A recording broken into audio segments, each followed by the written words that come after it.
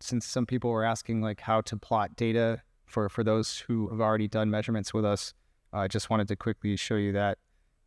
So when you log into your account, if you already have measurements that were performed, you can go to your measurement requests. And I just have an example here, which is the reference standards. And when you're in the request, you can go to this button here, inspect results. And when you go there, you'll have a plotting window with all of the data sets that have been measured. So you can toggle between XRD, PDF, or SAX measurements if those were performed. And all of your sample entities will be on the left-hand side. So for XRD here, I can expand all of the data sets that I have available. Since we don't do any PDF data processing here, you just have two modes. You have the raw images, so you can look at the actual images from the area detector and see, like, do I have good powder statistics? Also, in checking powder statistics, you can look at, maybe I don't have it here because I think this is an old version. We also have like metrics that kind of give you quality indicators for the quality of the data as well. So here you have a few different versions of your data. One is just the as integrated data set. So you can see this one still has the background component here, but we also have the background subtracted version, and you can actually compare those two to see that the background subtraction is actually working properly. We also have two versions that have this corrected appendix, and those are the data that were corrected for all of the offsetting of the angular space. So they correct for aberrations to the 2 theta angle, which is basically coming from the parallax effect in the measurement. So the absorption of the incident X-rays is changing as you go to higher angles. So they start to pass through some pixels and then get registered in a pixel that's in a bin at a higher Q value. So you get this kind of systematic shifting of peaks at high angles to higher than expected 2 theta values. Okay, and if you go to PDF, then you have a few more options here. So you can look at raw data, the PDF, or any of these kind of intermediates. So you can also look at the intensities for the total scattering measurements. So you can see here, this is extended over a much wider angular range. And actually, if you look at it, the peaks are a bit broader than the high resolution data. You can also look at the PDFs. And here you can select the Qmax values that you want to compare. So we could say, okay, 20, whether or not you want to use Lorch modification function. And then we can also compare the different data sets. For instance, here I can actually compare the PDF of all 3 references. So you can see that the scale factors are quite different. So maybe it's not so convenient for comparison. You can also normalize everything to the max intensity of 1. And now I can see different peaks from the different phases. You can also change the color of these as well if you want. So maybe that makes it a little bit easier to visualize. Okay, so if there's any other questions on like things that you want to do in here, or also suggestions for features that you guys would like to see, we would really like to know about that. So come talk to me afterwards, or just ask the question. Okay, so that's all I wanted to show for that. Now, yeah, I mean, maybe it's not a good idea to try and do a little bit of PDF GUI in Topaz, but I think the way that I have these example directories set up, and I don't know if you all already saw that in the shared Google Drive, there's 2 directories, one for PDF GUI and one for Topaz. And each one has, 10 to 15 examples for different applications for modeling the local structure. And the way that the directories are set up in both cases is that each example has its own folder. And within that folder, you have some supplementary files. For Topaz, you have input files with all of the instructions for the refinements. In PDF GUI, you have these DDP files, which contain like all of the instructions for PDF GUI. And the most important thing is that you have a README document. So this has step-by-step instructions for how to run the example, suggestions for things to think about while you're doing it. So it's pretty self-sustaining. It's designed for you to go through it on your own. And normally I would do the tutorial where like I just let you guys kind of work on it and run into trouble and then ask questions and we troubleshoot. But I think it's probably too many people to do that. And I think without desks and outlets, it's not so good. So I'm just going to walk through some examples in both programs to show you guys kind of the mechanics of how to work in either program. And then if you're interested in certain applications, then when you go home, you can work on those. And I've already spoken to a few people about it, but I wanted to let you all know that in general, every Wednesday at 4 o'clock European time, we just have like an open hour where anybody can come into the call. And if you have particular questions about your data or analysis methods, or you want to show us results from what you did so far and get some feedback, we have that time available for all of you guys. So everybody's welcome. And if you don't have the link to that, you can go to our website, and there's this weekly open discussion forum down here. So the link is just in a Google Calendar. So it's open and anybody's welcome to join. I mean, I don't know what we're going to do if everybody shows up at once. But I think maybe it can also be interesting if some people have questions and we work through examples and other people can get ideas from it too. So you are all welcome to join that. Okay, so let's look at PDF GUI. How many people that wanted to download it were able to get it installed successfully?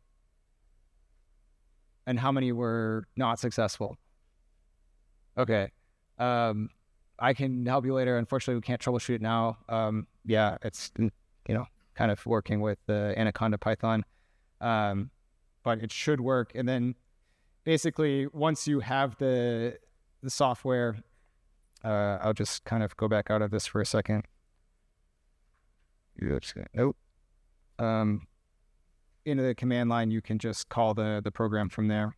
I mean, if you install it in Windows, you might get a executable, but I'm not sure. So how is this program set up? Well, you have a lot of different tabs here that contain different information about your data or your model or the results that come from either calculations or refinements. And the outputs in those different tabs will change depending on what you have selected in other tabs. So I'm going to just first show an example of like how can you simulate a PDF from a structure model. So in the fit tree, this is where you organize all of your data and models. And here you can make a new fit by right-clicking in this area and selecting new fit. And then you can give this whatever name you want. And now you can add things under this. So it's quite similar to Topaz in that sense, where you add like an XDD file, and then you can add different structure phases or HKL phases and things like that. So here we can add phase by, again, right-clicking and then insert phase, or alternatively, you can add your data set as well. So let's start with running a calculation.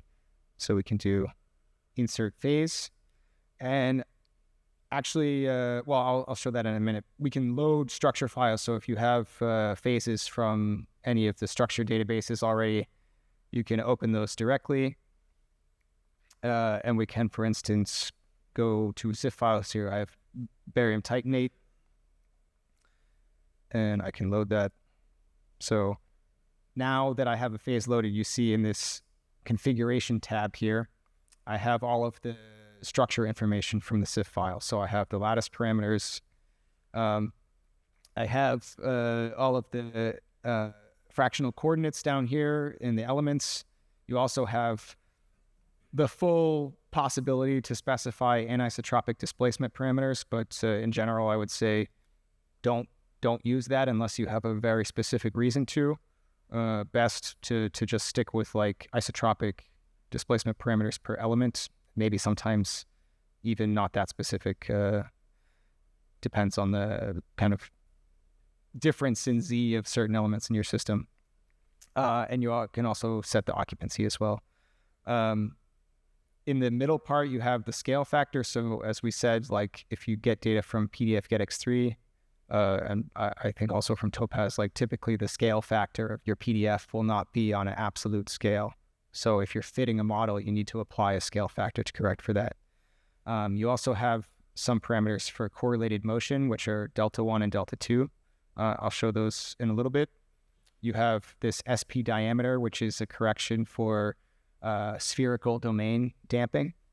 And there's a few other corrections that give you other ways to sharpen low R peaks. So S ratio and R cut is an approximation for intra and intermolecular correlations. So in some cases, if you have stiff bonding within a molecular unit, and then you have maybe kind of soft bonding by van der Waals forces or something like that, then you'll have a sharpening of all the pairs within that molecular unit. So you can say all peaks below a certain distance should be sharpened by some constant. This is a pretty crude way to approximate that. And actually, if you're in a situation where you feel like this is the best option you have in PDF GUI, which would often be the case for molecular materials, for small molecules, or even kind of like inorganic molecular anions, that's a good time to move to Topaz. I think the capabilities there are much more powerful for handling that situation. Yeah, so what we can do is add a calculation by right-clicking on the phase and insert calculation. And now here in the configuration tab, you see this changes. So you can set whether you want to simulate the PDF for neutrons or X-rays. You can set the calculation range and the spacing. A good thing to keep in mind is if you have thousands of atoms in your model, the number of pairs that you have to calculate is much larger, so the calculation slows down. But you can speed it up a little bit by decreasing, or actually increasing the bin spacing here. And then you can also set the resolution parameters from the experiment, which is QDamp and QBroad and QMax. Again, I'll show you how to like actually get those from your particular experiment right after this. So, okay, let's say we want to calculate a theoretical PDF with infinite QMax, then I would just leave this as 0. And I can run it, and I'm probably gonna, oh no, it doesn't give a mistake. Yeah, so it should give like an erroneous result here. So right now it typically would give me an error message, but it's just giving this straight line, which is obviously nonsense. The reason for that is that you can't have 0 values for the displacement parameters. You have to give it a non-zero value. So we could, for instance, just give it a starting guess. So good to keep in mind that the displacement parameters here are U, not B. So you know B is 8 pi squared times U. So something to keep in mind. So that's why the values here are much smaller. So if we run the simulation again and then plot it with this button here, now you can see the simulation of the PDF. Okay. And this is something that's quite handy to do when you just start to get into analyzing your data, is you maybe want to compare it to simulations from relevant phases that you expect might be in there to see if you can identify certain peaks that are actually identified correctly, or whether your expected phases are completely off. So it's often better before you get into doing any kind of refinements, or especially any kind of very complicated modeling, to actually already have a pretty good idea that you have the right phase and good starting parameter values. Because, I mean, as we already saw, like, you're in this very complicated topological phase space, and it's very easy to get stuck in local minima. And that's also something good to know. PDF GUI doesn't have any other regression algorithms available. It's just non-linearly squares like Levenberg-Marquardt, and you will get stuck. You know, it's kind of part of the process. You have to kind of manually change values to get unstuck and keep refining things. So that's another thing that I would say is really nice in Topaz, as you have a lot of flexibility for the regression algorithms that you can use to do a more comprehensive parameter search. Okay, so let's look at some actual data. So I'm just going to delete all that and make a new fit again. And so I'm going to work on a refinement of nickel. Okay. Some people use nickel as a reference standard for PDF measurements. It's not really a spectacular X-ray diffraction standard because actually typically has a lot of strain in it. It is a pretty good PDF reference in the sense that it probably gives the best fit to the local structure of any material. So at least from that perspective, you can get a sense for, if my RW value is 4% instead of 2%, might be that my image calibration is a little bit off and could be tuned, whereas other materials maybe are kind of less sensitive to that. So we can now import a data set. And I'm using, let's go to example number 1 here, nickel X-ray. And I can import any of these, but let's start with the one from XPD. Okay, so already I can plot this with the same button. I can plot data sets, simulated patterns, and also if you connect this program to a structure viewer program. So for instance, I think you can go to Edit, Preferences, and then you can set some executable for any structure viewing program here. So I have, I think, Vesta here. And actually, I'll make the phase in a second. Let's actually just plot the data first. So we can look at it. It's interactive. You can zoom into different regions, see if your data looks sensible or not. And now we want to make the structure. So in this case, I could also import my nickel CIF file. Another thing that you can do is actually create a structure from scratch. So that's the second option here. And you go new. Okay, now I just have a blank set of tabs here. So I need to import everything. So the lattice parameter for nickel is something like 3.5 and it's cubic.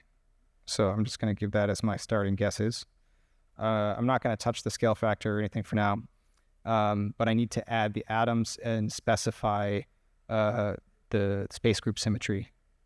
So I can go to Element here, right click, and insert atoms.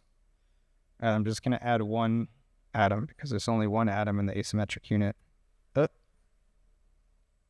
Like that. Okay. I don't know why it's giving problems. Okay, that's fine. But the thing is that in Topaz, you only have to specify the asymmetric unit, and then it builds all the other sites by the symmetry. In PDF GUI, you do have a lot of powerful constraints for building out the structure based on any symmetry or setting parameters based on the space group symmetry. However, it does expect all of the atoms to be explicitly defined. So if you only define the atoms in the asymmetric unit, you won't have a complete structure. So in this case, we need to expand it. So we can select the element, right-click and expand space group. And then we can set the space group symmetry. So this is FM bar 3M. Now I select OK. And now I get my 3 other sites. So it's face-centered cubic. I have 4 atoms in the unit cell. So if I now, with the phase selected, actually click the visualization, it should take me into Vesta, and I can check and see if I built the structure correctly. That looks good to me. So we can start to do a refinement. Okay, so what can I do? Well, I already have non-zero atomic displacement parameters. I have the lattice parameters. So let's just calculate it and see what happens. Now, before I do that, again, as I said, this can be very slow if you're calculating over really large distances. So it's best to set like a limited distance range to try and get a reasonable optimization of everything before you start doing refinements. So I might just start with 20 angstroms here. And now we can try and calculate this. So I can run this button here, which is this little gear. So that's always to generate the phase, or in the case that you have data set, it will actually run a refinement. I don't have any refinable parameters set yet. So it's not going to refine anything. It's just going to calculate the phase. So run it, quick plot. And now I see something nasty like this. It just looks absolutely horrible. I should just give up now. So, okay, what's good about this? Does anybody see anything good, anything promising there? Yeah, the positions are matching up, at least for the first couple of distances. It's okay, so we're not too far off. I mean, obviously the scale factor is not good. And you see that as you go to higher distances, this offset in the atom pair spacing is kind of amplifying because you're now looking at multiple pair distances away. So the offset gets bigger, but that's fine. And also the other good thing is the relative intensities of the peaks look pretty consistent as well. So it's probably, it's probably the right structure. So what can we do? Well, I think you can look at the Lynn McCusker paper for Rietveld refinement guidelines, and you can pretty much follow a similar thing for doing PDF refinements. But typically at this point, I would look at refining the lattice parameters first, because if you don't have your peak positions well defined, then scale factor doesn't mean anything. If you have your simulated peak here and your experimental peak here, it's going to think it should go to 0. So we want to make sure we have the best possible peak positions first. So the way that you set refinable parameters in here is also in this configuration tab. You can go from configure to constraints. So now you have phase constraints, and you have the same view. It's all of the same fields here, but they're empty. And the way that you tell the program that you want to refine a certain parameter is you write the @ symbol and then give it a number. The number is, in general, completely arbitrary. So I can say this refinable parameter is 1, or I could say it's, some whatever number. Doesn't matter.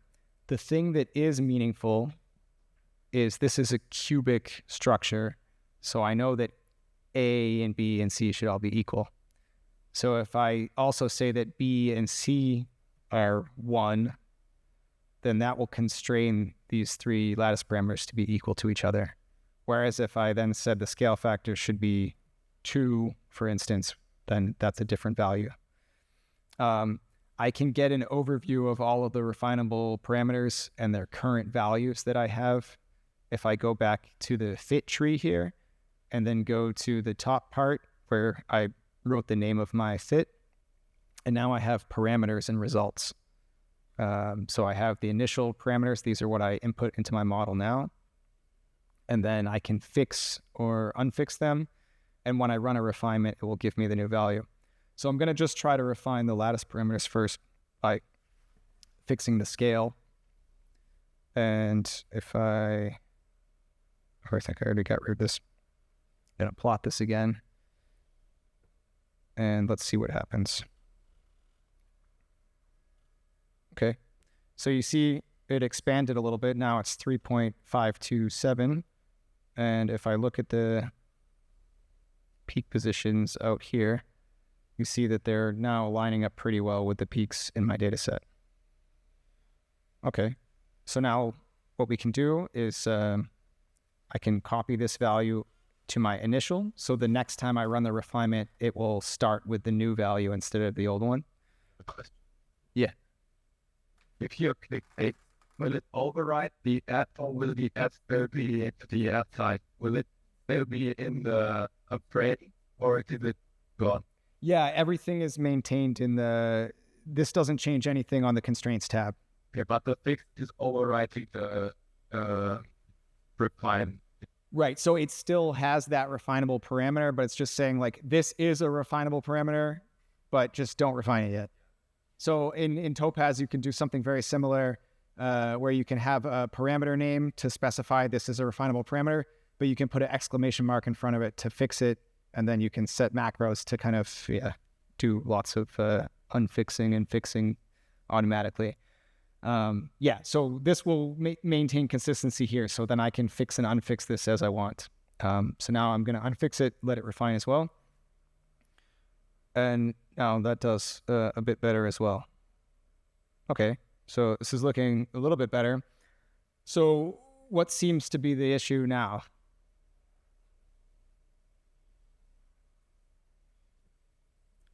So for one thing, I mean, it looks like the data are not coming down to the baseline that I expect.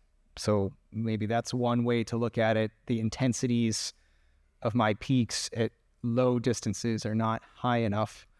But if I look at high distances, the peaks are now overestimated up here. So what could be the issue? What effect do I need to build into my model? Definitely. Yeah.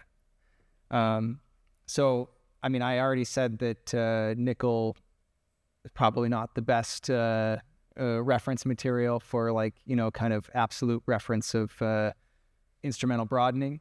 And there also is increased strain, but I'm just going to treat it as like if it were a good standard right now, and we're going to assume that none of that damping comes from domain size coherence, but rather just from instrumental broadening. Okay. So now what I can do, instead of in the phase where I have all of the structure specific parameters, I can go to the data set, and this is where I can also set parameters that are specific to the experiment. Okay. So in particular, it's Qmax. This is already set. It read that out of the metadata from the file, so that's 25. And then I have two other parameters that I showed you. One is Qdamp. So this is accounting for the damping of the PDF signal that comes from the constant broadening from the instrument in reciprocal space. And then you also have Qbroad, and this one broadens peaks as a function of increasing distance, and that comes from the Q-dependent broadening in reciprocal space. Okay, so these are two things that in general, I want to find these values based on my reference material, assuming that microstrain and crystallite size are negligible in my reference material. So you should use Lab 6 for this purpose. That's a better standard, or also silicon is quite good as well. So what I can do is I can set constraints for these parameters. One other thing that I should say is there's also temperature here. This doesn't do anything in the program. It's just a way for you to sort of keep track of your data sets, because you can also do sequential fitting. And then this way gives you a way to plot certain model parameters as a function of temperature, or for instance, as a function of doping. But it doesn't actually have any effect on the model simulation. So if you go to constraints here, I can give another parameter. I'll just call it 3. And let's see what damping does.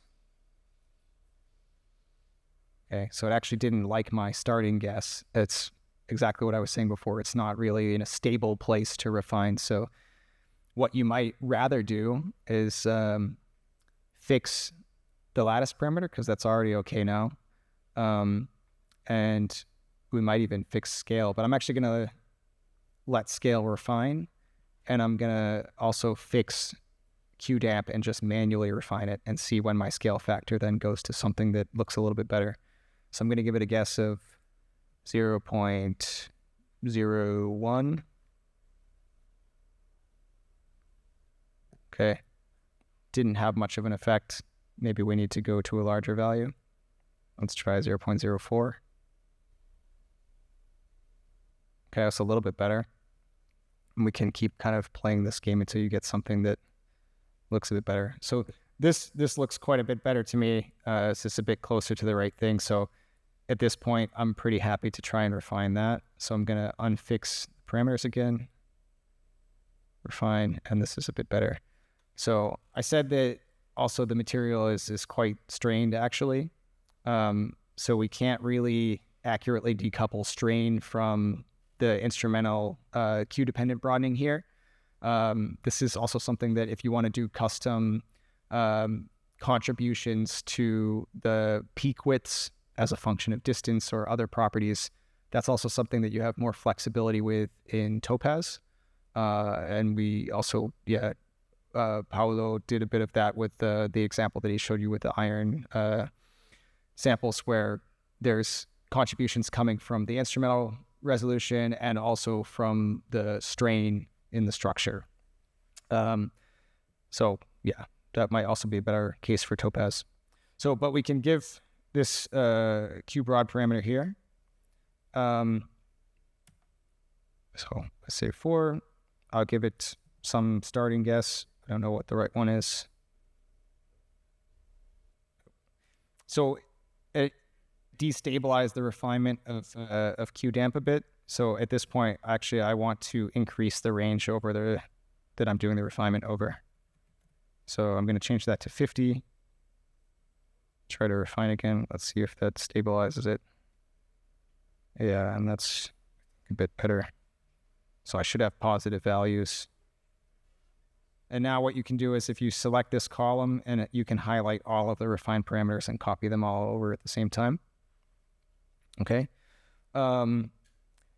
If, for instance, you had a case where you wanted to crudely approximate strain, what you can also do is you can write functions into these constraint tabs.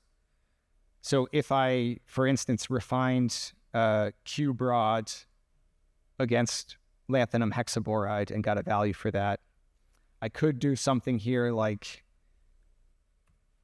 at 4 plus, let's say the value from my lab 6 refinement is like 0.015. Okay. Again, this is a very crude approximation. Or you might do like the square root of at 4 squared plus 0.015 squared. Okay, so like Paolo was showing, there's different ways that you might sum these contributions depending on your assumptions. So you can also enter equations like this into these tabs, and that gives you a little bit of flexibility, and also it's a way to set constraints and restraints on the system. Okay, but let's stick with this just single parameter value for now. So the fit is still not great, and we need to figure out like what else should we look at. So maybe we zoom into this low R region here. And what else could we say? Like, what else do you notice about the difference between the simulation and the experimental data?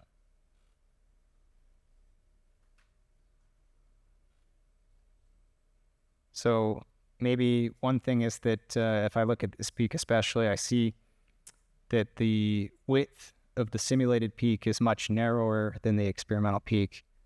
So what parameters might I look at adjusting to get a better fit there? What's defining the peak width or the distribution of atom pair distances for a particular pair? Sorry? Yeah. It can be, yeah. So how do I mean, because we're sort of working in this static approximation in most powder diffraction applications, where we're looking at the average of all the instantaneous snapshots of our system averaged over the time and the volume of the measurement. So it's really difficult to distinguish static from dynamic disorder. But what parameter do I use to sort of encompass all of that? It's this displacement parameter. So I have these atomic displacements here. And what we can do is just set an isotropic constraint for all of these. So I can say I want isotropic atomic displacement parameters for nickel. And I think I used up to 4 now. So I could say this is 5. Okay. And now I can refine this value as well.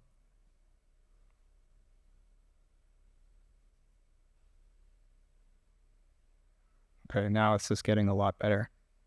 Okay, and you can see that directly here. We started with a value of 0.003, and the peaks were too narrow, and now we're 0.0055, and now we get a really good fit actually from about 5 angstroms and above. Looks really good. Okay. Let me replot this. Okay. So it's still not perfect yet. We still have a few issues. So if we look very short range here, what do we see? There's still some misfit in the peak intensities, right? Does anybody have any idea what that's coming from? So we said if atoms are very close together, they should have an effect on each other. So if one moves, it tends to have an effect on its neighbor, right? So we do have some phonon modes active in this material. So there's some dynamics. And in that sense, you have coherent motion of neighboring atoms. So for atoms that are very close together, you tend to get sharpened atomic pair distributions. And you can see that. So our simulated peak now is too wide here.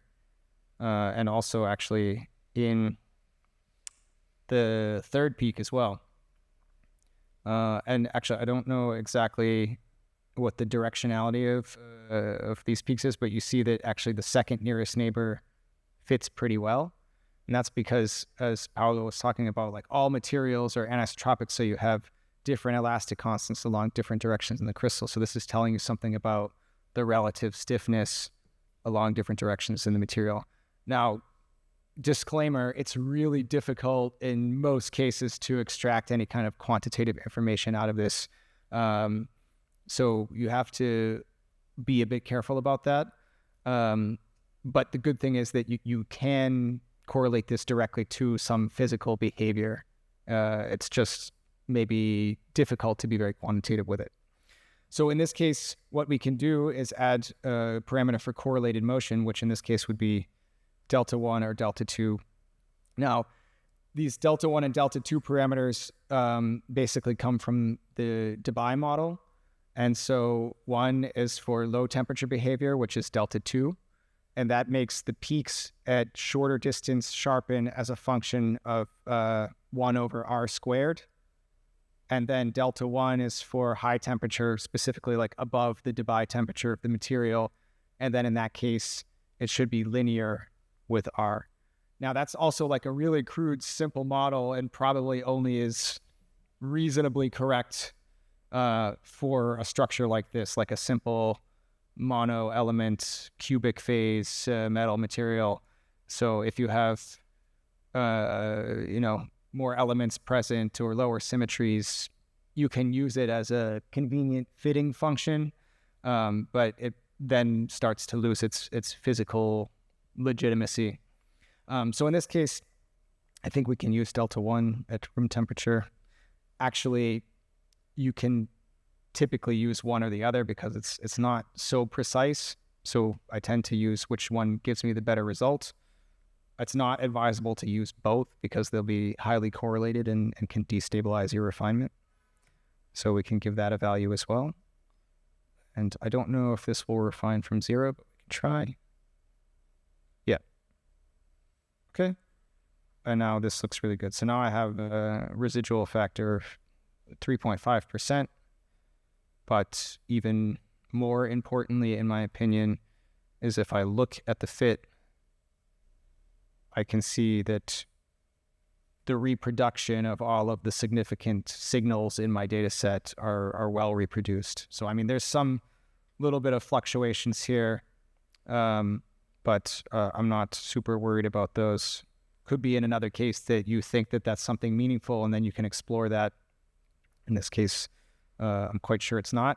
You also see that there's an artifact from the data processing here. So there's a little peak there. Obviously, there's no atom pair distances in this material at this distance, so this is an artifact coming from the data processing. So as we discussed, like this is very well separated from your structural information. So you could potentially cut this off from your fit, and you'll probably get a better RW value, but that doesn't really mean anything. Alternatively, you could actually lower the fit range. So if I go to 0.1, and you actually like make it even worse, but then you're at least being transparent about, okay, there is some artifact in the region below my first nearest neighbor distance. So probably the data reduction is not completely perfect, but under the assumptions that we discussed, that it's well separated from my structural information, it's probably not having any significant impact on the results that I'm getting from the refinement.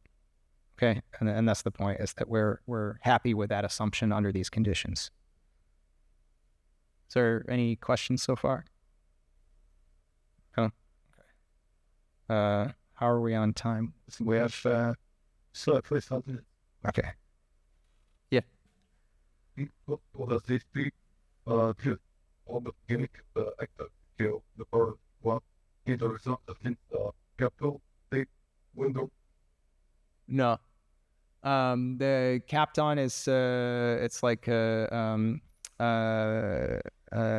polyimide, so it's like carbon and nitrogen. So you have probably carbon nitrogen peak at like 1.35 angstroms or something like that, and carbon is like 1.4 to 1.5. Yeah. I mean, you do have a lot of air scattering in the background as well, and that's it's not coherent scattering, and it's also spread out over a very large distance, so the signal that you get from that is not like a structural signal anymore. In principle, you can do PDF on a gas, and you can look at like these kind of soft, distance of closest approach of the gas molecules, but you wouldn't see that for air in this case because it's all completely incoherent. So it could be that contribution maybe affects it, but more likely it's just coming. This is actually a pretty known artifact from this polynomial correction in PDF KDX3. So you almost always will have some little sharp peak around 0.5 to 0.8 angstroms. Yeah. We take out the next one. Exactly. Yeah. So I mean, again, do it for lab 6, but then what you would do is take these two values, and for every other refinement that you do, you're going to, with the exact same setup, fix those values for everything else. And then you can try to do a meaningful refinement of crystallite size, or as I said, like if you wanted to introduce strain. And also, I mean, if you refine this, it can correlate with the atomic displacement parameters because they're both affecting the peak widths, right? So that's also why in these cases it's good to refine it over a wide range in real space if possible. So, I mean, I want to kind of get some feedback from you guys. Do you want to see more examples in PDF GUI, or are there more people that maybe want to switch over and kind of see how the refinements can be set up in Topaz? Yeah, how Daniel's nodding like, oh yeah. Is anybody like dying to see a particular example in PDF GUI?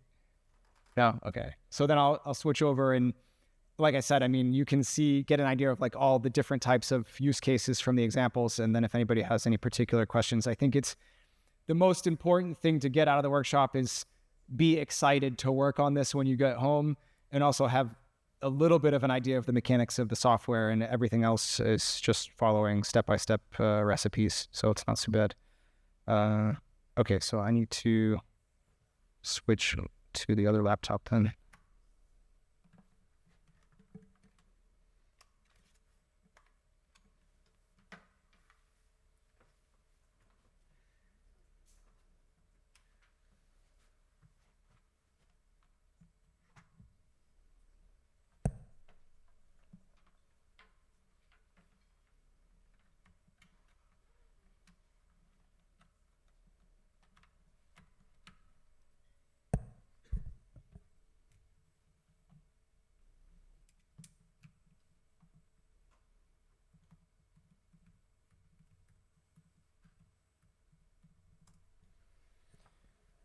Okay, so now if you go into the Topaz example directory, there is also an example here for PDF data generation from the powder diffraction patterns with Topaz. I'm not going to go through that example.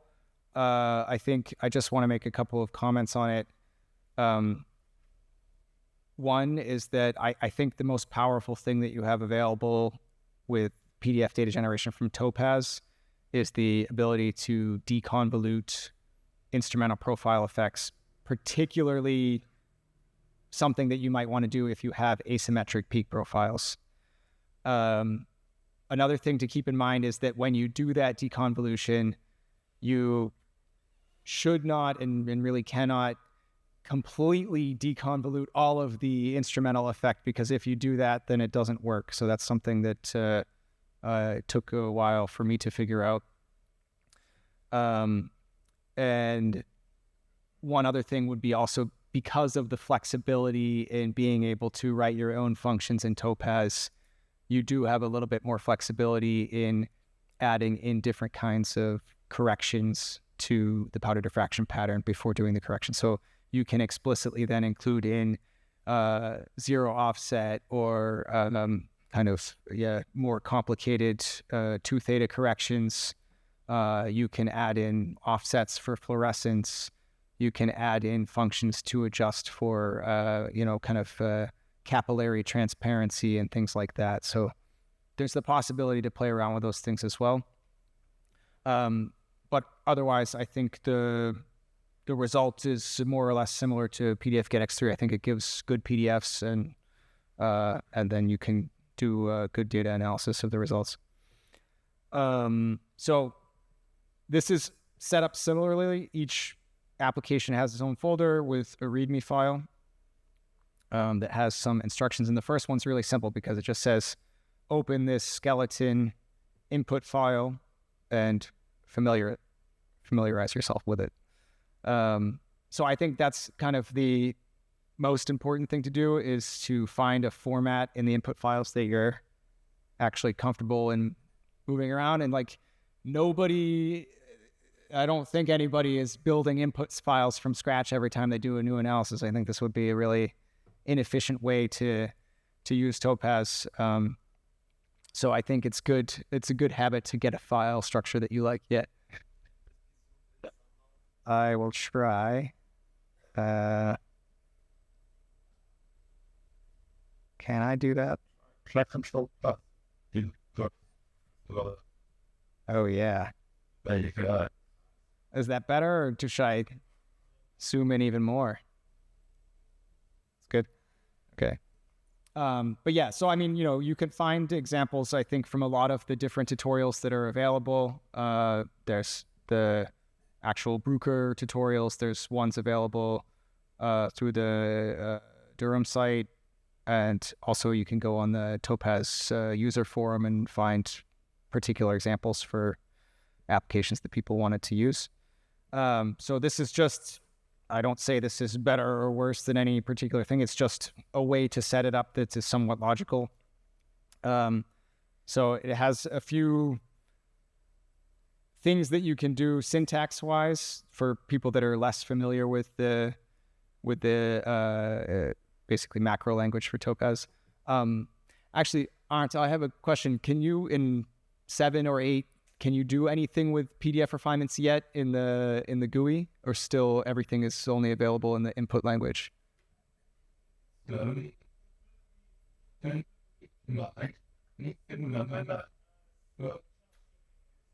Okay. Yeah. Okay, nice. So then there will be some capabilities, but I mean, in general, I think I prefer working in the input files anyways, because you just have a lot more flexibility. So if you can get comfortable with that, it's quite easy. And I don't know if it was already shown, but you can still build components of your input file in the GUI. So if you, for instance, load a phase in here or load a structure, well, I'll demonstrate it in a moment. But you can kind of create these blocks of text that you can move to your input file. So the good thing about doing PDF refinements in Topaz is like 90% of the input file is exactly the same as for doing Rietveld refinements. So if you're already working in Topaz, You already have input files with your structure models built. You only have to make a few adjustments to make it capable of fitting the PDF data. Okay. Yeah, so here's some general things that you can do with setting the regression algorithm, iterations. You can use simulated annealing, calculate the RWP, calculate errors, whether that's meaningful to you or not. Can define your file name for your data set. And then this is one difference that you have to explicitly make, is you have to tell it that it's PDF data. And if it's neutron PDF data, then it's also neutron data and PDF data. Okay. And then same with the read file refinements, you can specify your refinement range. Weighting here, we typically use a weight of 1, because actually the weighting of information from reciprocal space in this form of the PDF is relatively consistent across the R range. Whereas if you're looking at, for instance, the radial distribution function, where your function scales with R squared, then the weighting of information is changing as you go to higher distances. So here you can use a weight of 1. And if you do co-refinements, then you can play a bit around with different weighting options for different data sets that you include here. All of the ways to define parameters are exactly the same as with the read thought refinement structure. Also, defining a structure is the same. So the important things to keep in mind are there some things when you define a structure phase for read thought refinement that are specifically for diffraction analysis that you have to get rid of. So I sort of put the bare minimum information here, which is just the name of the phase, space group, and my lattice parameters. And defining sites is also the same, okay? So you can add sites, it's fractional coordinates, occupation, displacement parameters, and scale factor, okay? There's a whole set of, yeah. Sites, critical with one special sites.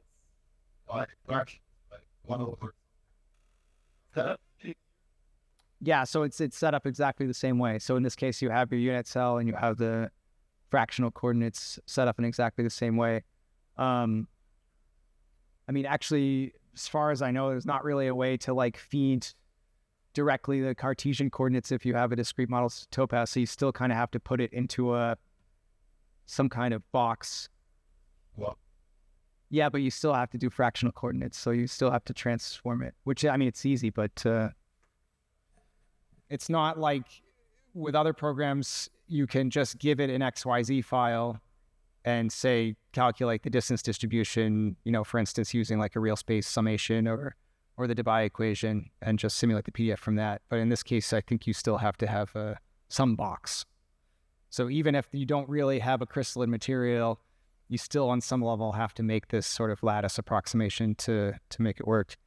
But there are ways to kind of overcome that for looking at local structure, even for discrete materials. So you can put a discrete model into a box where the box's repeat distance is much bigger than the distance that you care about. I think there's an example of this in here. Let me check. Yeah, this discrete nanoparticle example. I'm just going to make a comment about it quickly, which is the thing to pay attention there is that when you do that, the average atomic density of your model is not correct, right? Because you have this giant box now. So your atomic density is artificially lower than it should be if you just calculated the PDF directly from the cluster. And so you have to make a correction for that. So what you have to do, and it's in this example, is you make a second ghost phase, essentially. So it's like a duplicate of the discrete model, and you set all of the atomic displacement parameters to really high values. So what it's doing is it's smearing the atomic density within the cluster so that it's homogeneous throughout the shape. So then, this is what people do with SACS analysis sometimes, is they do particle models where they try to figure out morphologies of their domains that sort of make sense by just kind of letting the particles make shapes. So you're just making a constant density shape that approximates the modification of the baseline from the density of the shape. And so the other thing that I wanted to say was there's also like an include file with Topaz that has, I think, probably 20 or 30 different PDF specific macros. So that has lots of things for defining the damping profile, so the function to actually describe the damping for different shapes. It also has functions for applying these modification functions that we discussed. If you use the modification function when you do the data processing, you also have to account for that in your model as well, because otherwise your atomic displacement parameters will refine to much higher values than they should be because the peaks are artificially broader. So that's also something really important to keep in mind. But I think in the examples here, like most of them have the macros that you will use for that example directly in the input files, so you can see directly what they're doing. And at the end in the output, also you can view the structure, you can output a CIF file from the refinement, and also save out the simulated and difference from the refinement. Okay, so you can see a similar example as with nickel, just to kind of get an idea of how it's looking. So if you go, I need to go to standard refinement X-ray here. And then I'm just going to open this solution file. So if I set input file, I need to go to the exercises. Go, and then, okay, we can run that and see what it's doing. It doesn't really make sense to visualize PDF data in log scale or square root scale for that matter.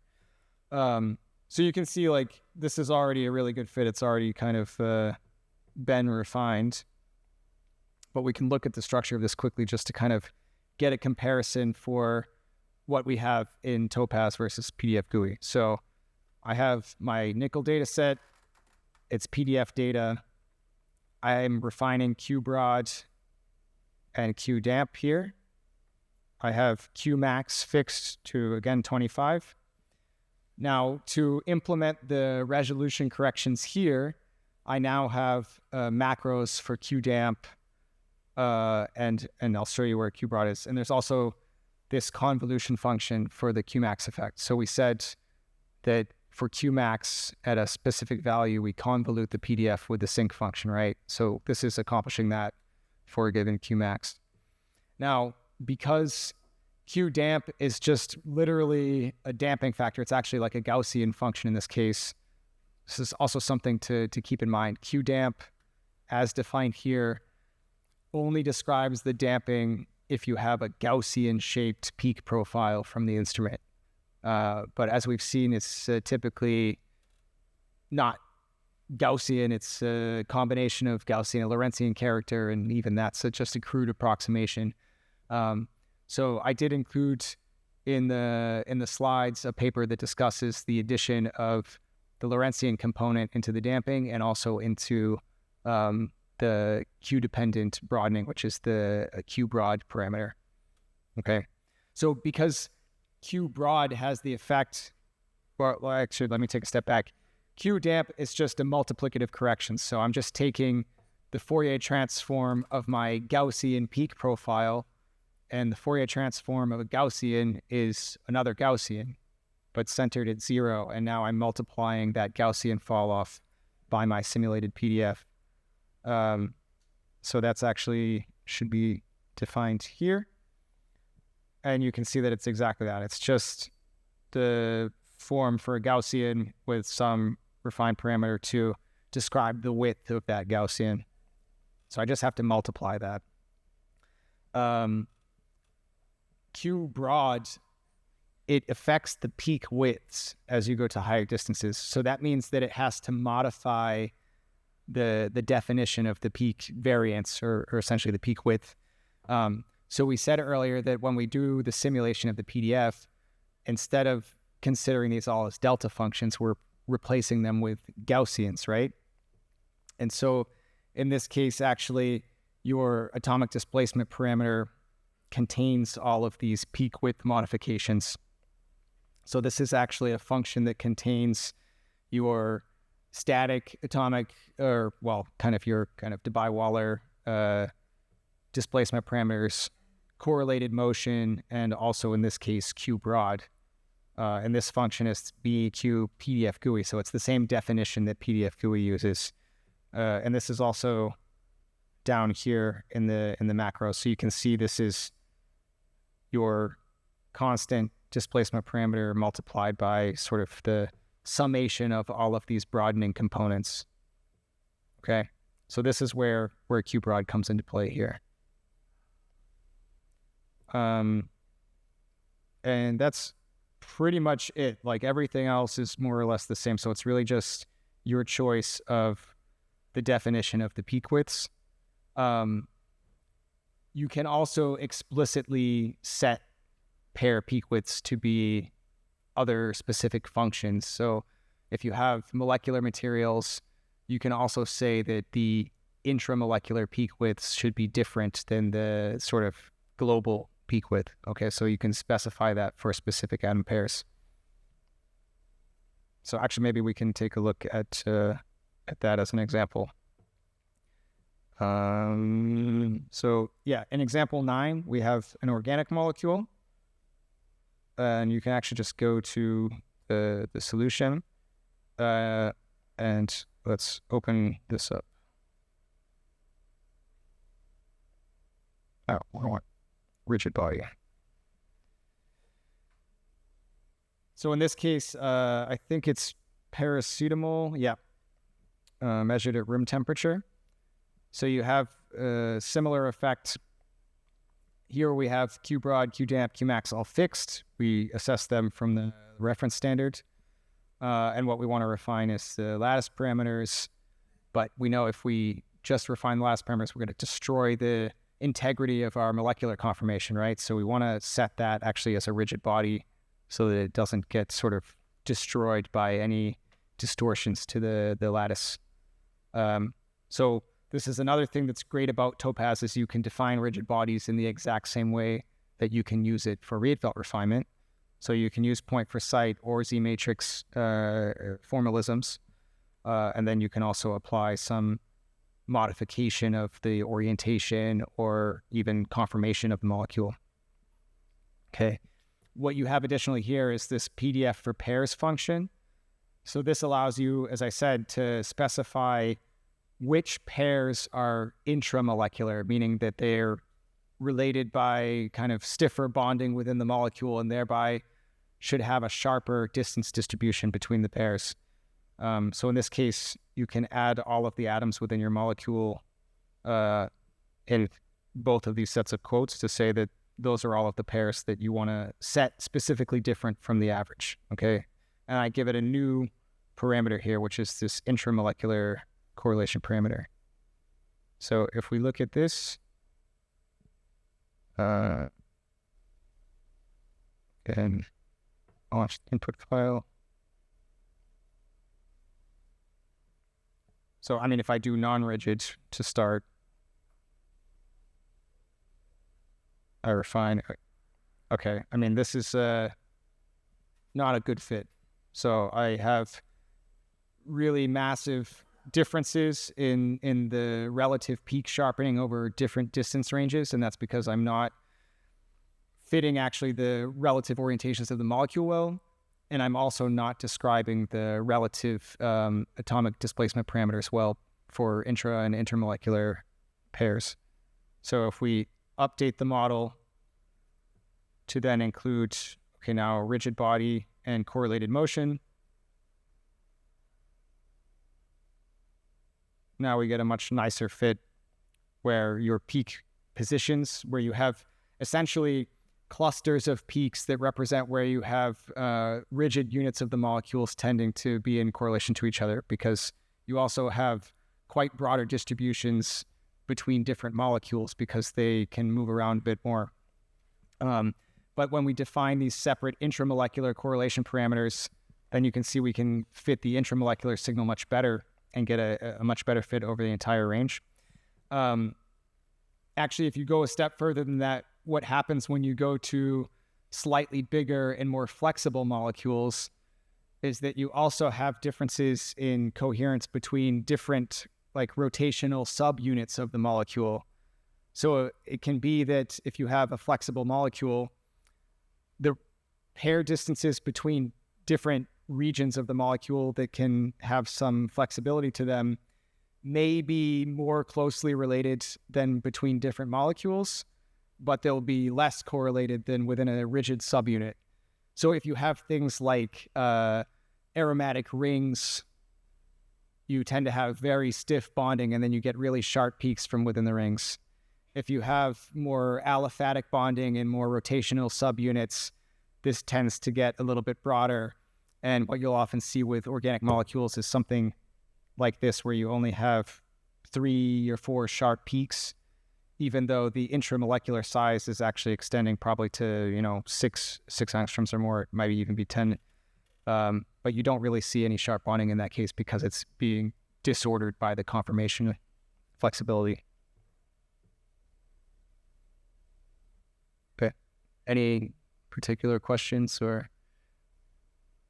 Yeah. Since you are using directly HDF but conclude that the parts can handle the create regulation of in your opinion. Mm-hmm. Yeah, so I mean that's what it's doing when you generate the PDF from the experimental data. Maybe Arndt can answer that question better in terms of whether you can simulate the PDF from the Fourier transform of the diffraction pattern. It's probably something that you could make it do, but I don't know if it's sort of set up right now to do that out of the box. Okay. Discus does that. So Reinhard Nieder's software, Discus, does all of the calculations in reciprocal space and then Fourier transforms them. So it's specifically using the Debye equation to generate the powder patterns first, apply all of the reciprocal space aberrations, also even texture effects and things like that. Although if you have texture in your measurement, I think you shouldn't do PDF analysis on it. There's some kind of niche applications where people are looking at like real space pole figures. I don't know if that's something that's particularly interesting or not. But no, I think Topaz at the moment, it doesn't generate the simulated PDF by Fourier transforming the simulated diffraction pattern. And you probably don't want to do that unless you're using the Debye equation to simulate the pattern. So maybe that could be built in though. I think I'm sure it's probably flexible enough to build it in but I think Alan doesn't want to do it. I don't know.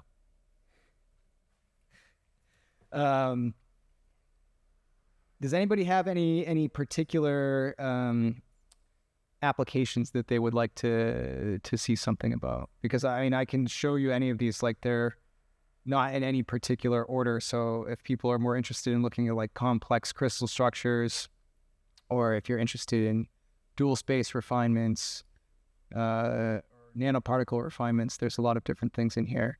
So, I mean, otherwise I'm just kind of randomly showing you things that maybe are interesting, but if somebody wants to see something in particular, we can do that as well. Nanoparticles, okay.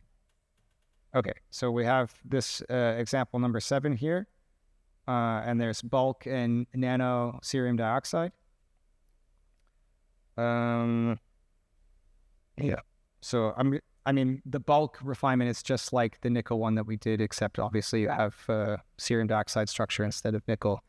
But when you go to the nanoparticle phase, then in addition to QDamp, you also have macros that you can add in for the damping due to the actual domain size and shape. Okay. So in this case, you have SP diameter, just like in PDF GUI. And that's defined here. So this is, essentially the definition of the common volume function for a sphere. So it's approximating as a spherical domain. So we can run that. Actually, maybe what's also interesting is like you can plot these data sets and compare first. So you can see bulk Syria is much more ordered and has much more structural coherence to longer distances. Just looking at the data, you might already look at this and say, well, I think that my structural coherence in the nanoparticle is probably on the order of 3 nanometers or so. So you can already get a guess of like, in what range should you be trying to set your model up in. If we run the refinement, go back to nanoparticles, solution, and nano. And then you can see that here. So what do we get out of this with the spherical domain approximation? This is giving SP diameter of about 2 nanometers. So might be slightly underestimating. And that's also something to keep in mind, that in a similar way, like you in most cases don't actually have a monodisperse nanoparticle size distribution. You probably have some distribution. And so this is going to give you the on average apparent crystallite size or domain size. So it's not sophisticated enough to fit the distribution. You need a different damping profile to do that. So you can also do it for a log normal distribution, and it's actually in here as well, which is this macro here. So you can use that, and this log normal spherical distribution has 2 refinable parameters instead of 1. One is essentially related to the average size of the distribution, and the other one to the width of the tailing. So if you do that, I have to see. Yeah, okay. So we have to comment. Oh, no, sorry. This is already using the log normal one. But we can see what it gives with the spherical domain distribution too. So we can comment that out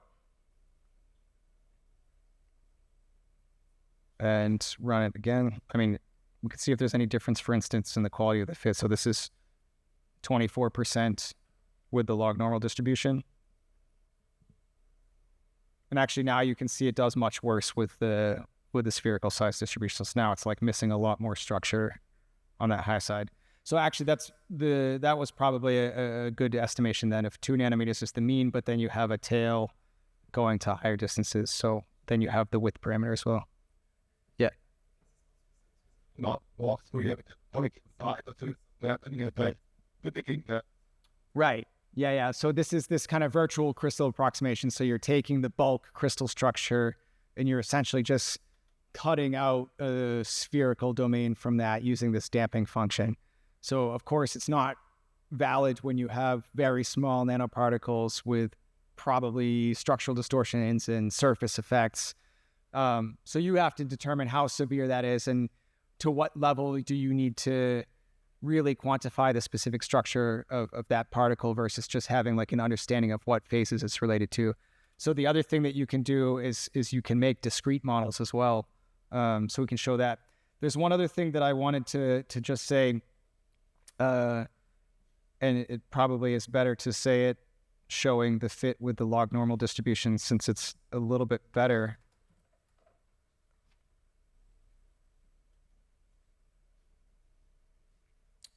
So, fits okay.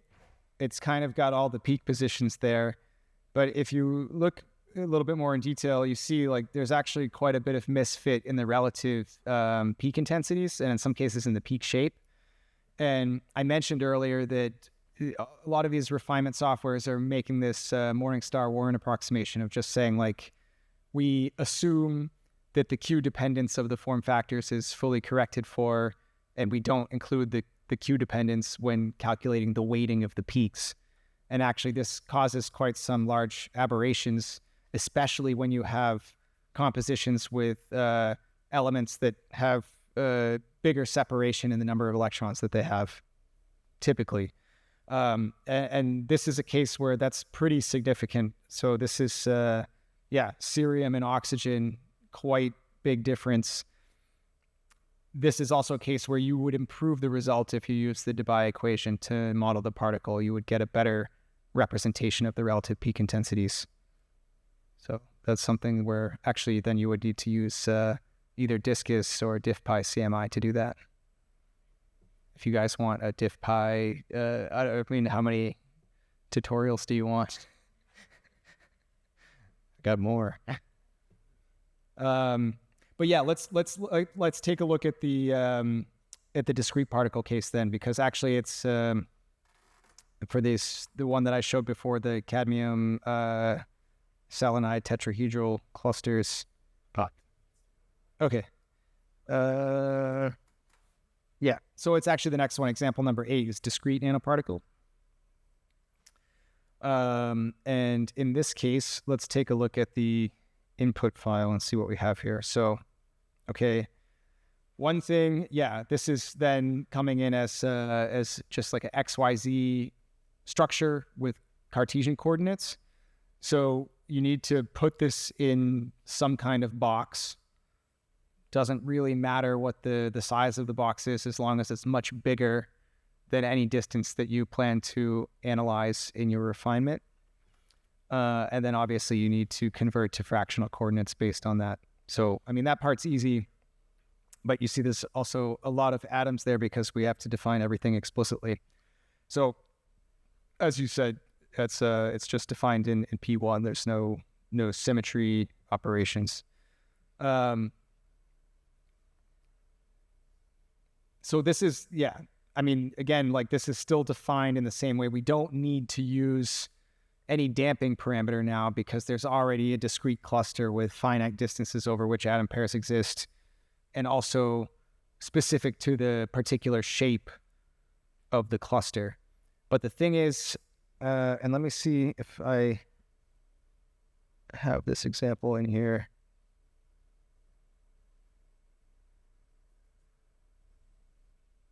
Yeah, so if we just do the simulation from that phase alone,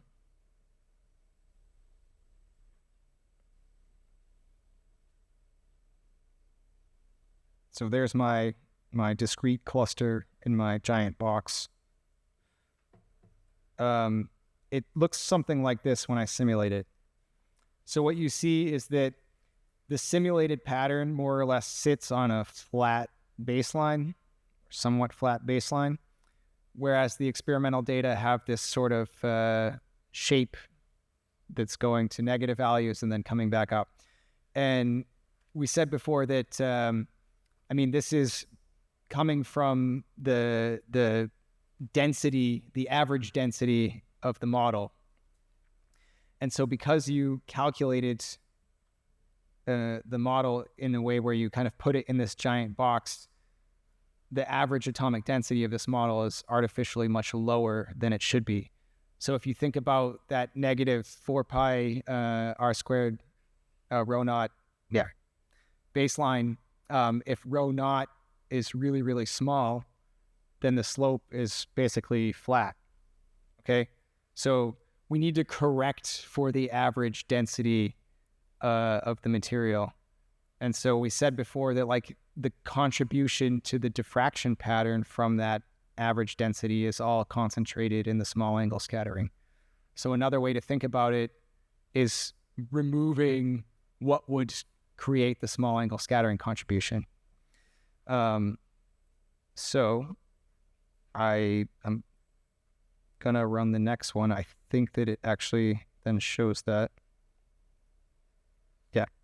So what is this? I mean, this is an approximation of the baseline that would come from that small angle scattering component. how do we simulate that? You have to take a copy of the phase that you created before, define everything the same, except for a couple of differences. One, the scale factor has to be minus the scale value for the other phase, because you need to subtract this component away. And then also we want to smear the atomic density out. So there's no structure in the particle. It's just the shape with a homogeneous density, okay? So that represents the actual average density of the particle correctly. So you can do that by setting BEQ to some super large value. Probably it should be even bigger than this. And now, if we go back to number 1 here, has both of these phases refined together.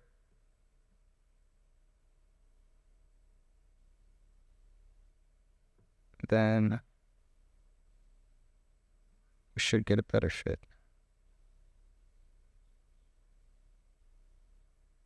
Okay. So you can see this is a lot better. The baseline is approximated fairly well. There's still some issues with the relative peak intensities and shape. Again, part of that's coming from the absence of the Q dependence in the simulation. So you get actually quite big errors from that. Alternatively, this might be good enough if you wanted to say that this is a reasonable representation of the data, because actually all of the peak positions in the shapes are at least represented fairly well. Yeah, so that's a way that you can approximate that. It's quite crude in a certain sense, but as far as a way to quickly test different kinds of models, I think it can be quite handy, and it's fairly easy to implement. Does that make sense? Or okay. So I think maybe I stop there, and then if there's any other questions, happy to answer. Otherwise, we can chat about any applications afterwards. Okay.